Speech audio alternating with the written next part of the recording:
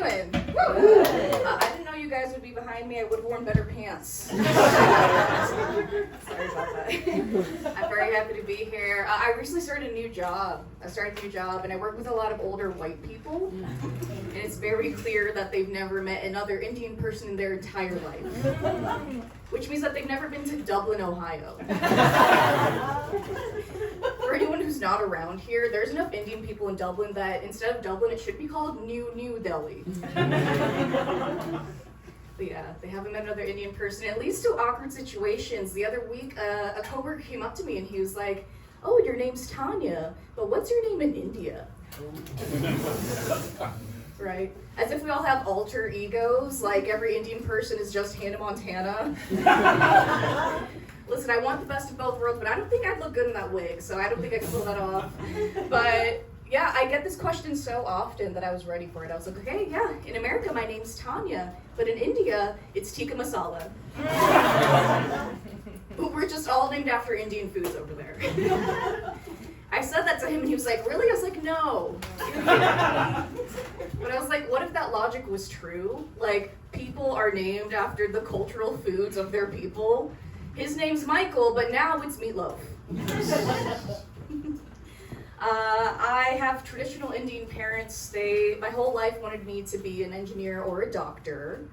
But I'm unconventional. I remember being 5 years old and looking them straight in the face and saying, I want to be Mexican. I want to be Mexican. They're like, what? Why? And I was like, listen, their people come from the greatest civilization that provided the world with the greatest invention, the cheese quesadilla. And they're like, why do you know so many words as a 5-year-old? But to explain before my 5-year-old self gets canceled, I grew up in Northeast Ohio. Anyone else? Woo! Okay. There weren't a lot of brown people in general, and I do know more Mexican families than I do Indian families, and they had a big influence on me. And so I remember being like on the playground, and a girl came up to me and she was like, "Oh, do you want to be Jasmine?" And I was like, "No, I want to be Dora the Explorer." She's independent, and just like me, she had a bowl cut. We're the same. But yeah, we already have so much in common. Me, Indian cultures, Mexican cultures, we're both brown, 85% of the way there. It wouldn't take much for me to become Mexican. And also, we both come from cultures that have some of the best food in the entire world. True. I'm seeing nods from all the white people. You should, yeah. Be nodding harder. That specializes in giving white people diarrhea. So. Very good. We both come from communal cultures with parents who lovingly hit us with sandals.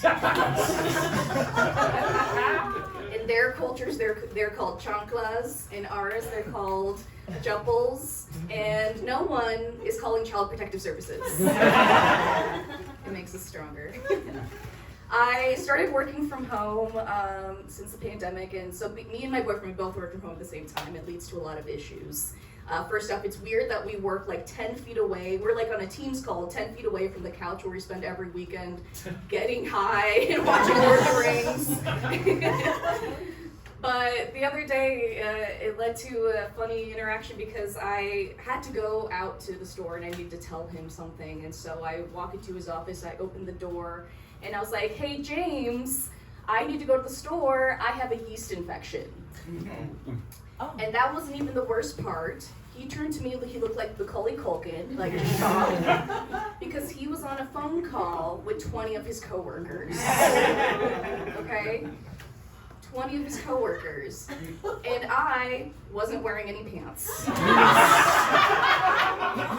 wasn't wearing any pants. I was Winnie the Poohing at 3 p.m.